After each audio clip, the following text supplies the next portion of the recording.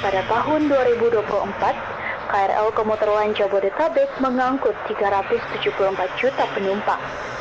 Angka itu berarti rata-rata lebih dari 1 juta perjalanan setiap harinya. Setiap perjalanan itu dimulai di suatu tempat, di sebuah lorong, di sebuah pintu, sebelum pukul 6 pagi. Besok lusa aku ke Jakarta, mulai lagi semuanya di sana. Kakak bilang siap-siap saja. Oke, semuanya perkenalkan, nama saya Dika. Saya merupakan karyawan di salah satu perusahaan startup yang berada di Jakarta, dan saya sudah 3 tahun yang setiap hari menaiki KRL. Kalau misalnya ditanya kenapa masih bertahan sampai sekarang, karena menurut saya KRL merupakan moda transportasi yang paling relevan aja untuk sekarang. Dengan budget yang mungkin paling jauh tuh kita keluarin 5.000 sampai 6.000 tuh bisa ini ya, kita bisa langsung dekat aja gitu kita nyampe kantornya. KRL pertama dari Bogor menuju Jakarta berangkat pada pukul 4:40 dini hari. Bagi sebagian penumpang yang ada di peron ini, kereta ini bukan pilihan pertama. Ini adalah kereta yang tersisa setelah pilihan lain sudah penuh lebih dulu. Menurut data KAI Komuter, jam sibuk pagi terjadi antara pukul 5:30 sampai 8:30 saat volume penumpang mencapai puncaknya di seluruh jalur Jabodetabek. Di stasiun Bogor, itu berarti antrean yang sudah terbentuk sebelum banyak orang di kota ini menyelesaikan sarapan mereka.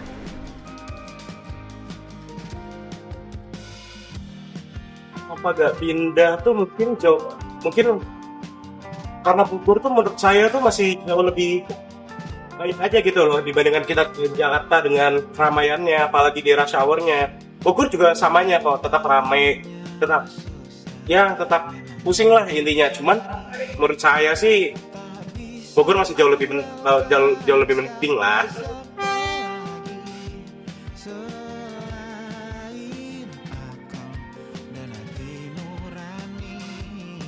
Sebuah studi yang diterbitkan dalam jurnal Diversita pada 2024 menemukan bahwa persepsi kesesakan dalam transportasi publik memiliki korelasi signifikan terhadap tingkat stres komuter.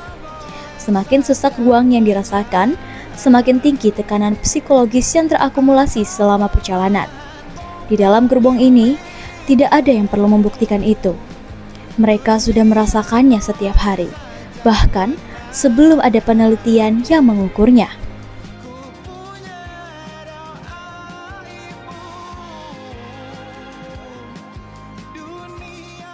Perjalanan yang paling berat sih mungkin ya paling berat tuh kalau misalnya kita sampai di satu stasiun yang mungkin crowded banget, jadi kita tuh makin lama tuh kita makin kedorong-dorong gitu loh, makin ke dalam sampai akhirnya kadang kita mau keluar pas di stasiun kita tuh malah jadi susah aja gitu.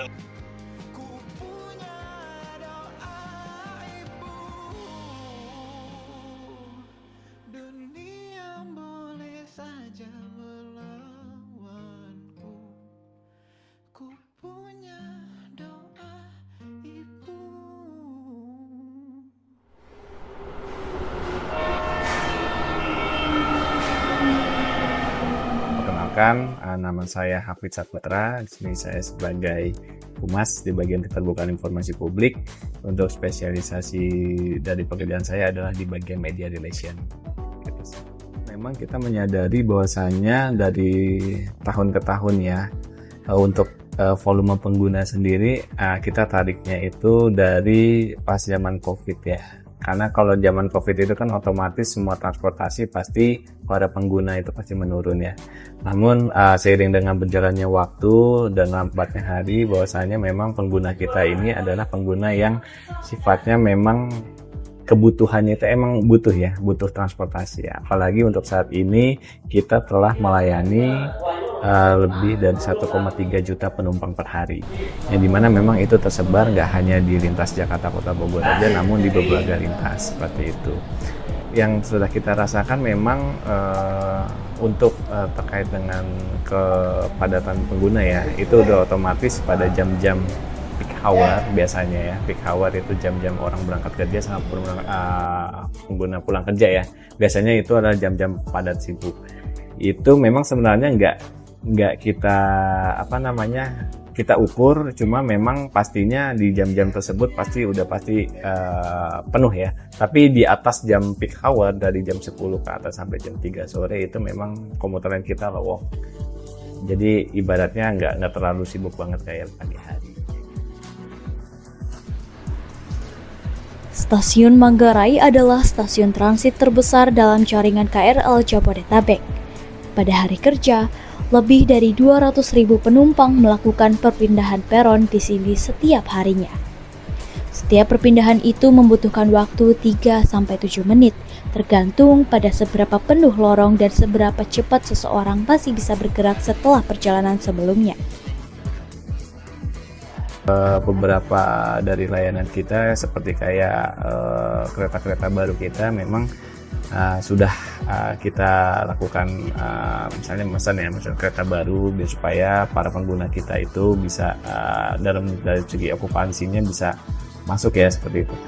Namun kita harus patut ketahui bahwasanya armada-armada kita yang dikonservasi ataupun yang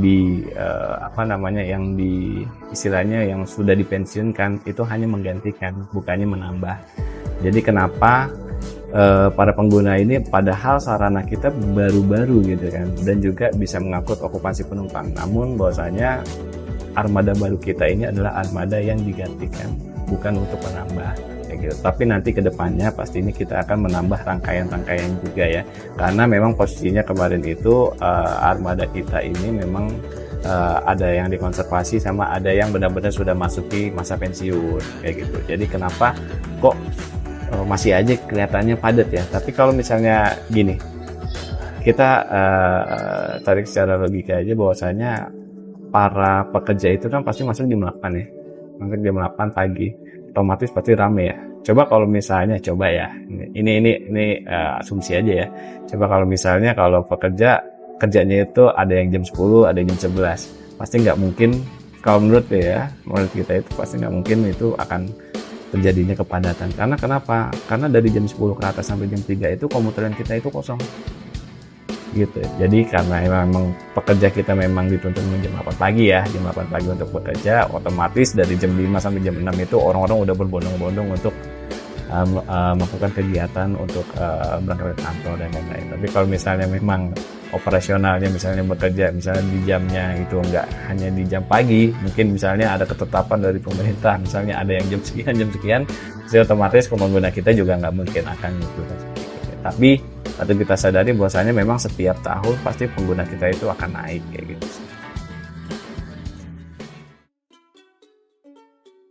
Bagi banyak komuter, Manggarai bukan sekedar stasiun. Ia adalah ujian harian yang harus dilalui sebelum hari kerja benar-benar dimulai.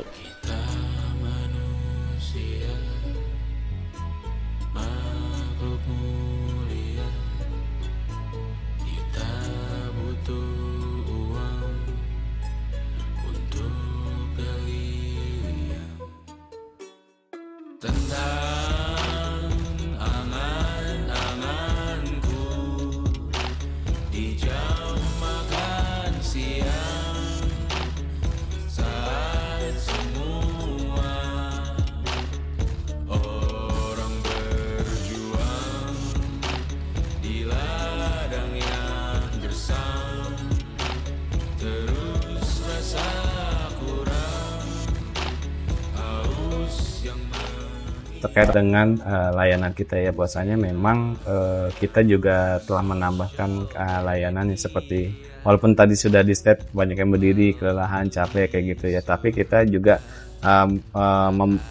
menambahkan layanan terbaru kayak semacam water station, yang dimana ada beberapa stasiun yang ada water stationnya itu gratis, itu bisa dinikmati ataupun bisa digunakan oleh para pengguna kita. Lalu terkait dengan keselamatan dan keamanan kita juga ada yang namanya CCTV analitik. Nah, CCTV analitik itu apa? Jadi berbeda dengan CCTV reguler. CCTV analitik kita itu adalah CCTV yang sifatnya ini bisa merekam wajah pelaku.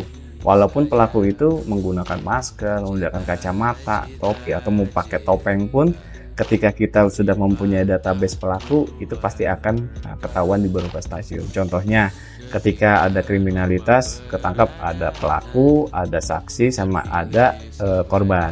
Nah, si pelaku ini akan kita foto kiri, kanan, atas, bawah, semuanya kita foto, kita masukkan ke dalam database. Ada yang namanya komputer control room ada di atas. Jadi CCR ini gunanya adalah pengawasan CCTV. Jadi ada yang CCTV reguler sama CCTV analitik. Nah, ketika nanti pelaku masuk di tempat stasiun ataupun misalnya di stasiun Bogor gitu kan masuk, nah itu nanti akan terdetek sama CCTV analitik kita. Dan CCTV analitik kita langsung terreport di komputer control room. Bahwasanya ada pelaku dengan tingkat kriminalitas ini pada sekian ini reportnya ada. Nanti kita akan lakukan komunikasi ke stasiun yang bersangkutan. Bahwasanya ada terduga pelaku atau memang sudah jadi pelaku. Nah itu bisa kita amankan. Jadi langsung terdetek, langsung kita informasikan kepada stasiun yang bersangkutan kayak gitu. Itu terkait dengan keselamatan. Nah, terkait dengan kenyamanan itu dia tadi kita menyediakan water station. Kita juga ada tempat duduk difabel yang benar-benar untuk lansia disabilitas, lalu juga fasilitas umum lainnya ya. Gitu sih. Penelitian yang dilakukan di Universitas Indonesia menemukan bahwa setiap penambahan 10 menit waktu tempuh berkomuter berasosiasi dengan peningkatan risiko stres sebesar 0,8 hingga 1,8%. Rata-rata komuter rute Bogor ke Jakarta menempuh perjalanan satu arah antara 60 hingga 90 menit. Pulang pergi, itu 2-3 jam sehari yang tidak pernah masuk dalam hitungan jam kerja, tidak pernah mendapat kompensasi, dan tidak pernah bisa dikembalikan. Eskalator ini naik setiap pagi. Eskalator yang sama turun setiap sore. Dan orang yang menaikinya setiap hari adalah orang yang berbeda dari yang pertama kali naik, meski wajahnya sama. Perkenalkan, nama saya Gandhi Ramdhani. Kerjanya di Jakarta, tinggalnya di Bogor. Sudah sekitar 15 tahun lah naik kereta. Mana ya?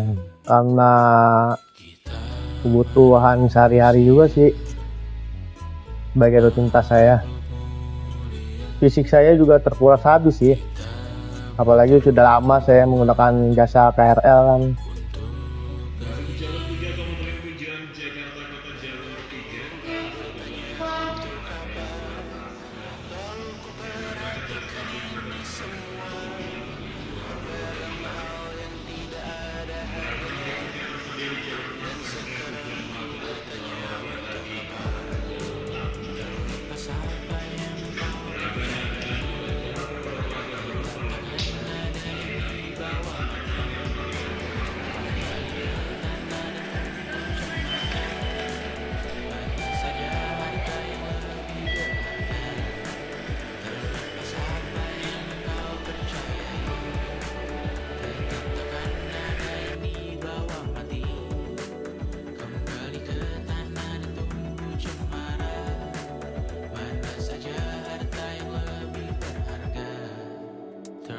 Apa yang engkau percayai, tetap takkan ada yang dibawa mati, menimbun surga yang tak bisa dibagi. Akhirnya pun Tentunya di peron juga karena berdesakan ya. Terus di Manggarai juga karena keretanya kadang-kadang lama gitu ya. Saya memilih tetap di Bogor karena anak dan istri saya juga kan tinggalnya di Bogor ya. Jadi saya rela lah sampai pulang pergi setiap hari. mengangkat ikat rambutmu yang tertinggal di lengan kirimu beku. Terakhir kita menonton, jariku tak juga kuat, sungguh janggal. Lebih berat dari 1000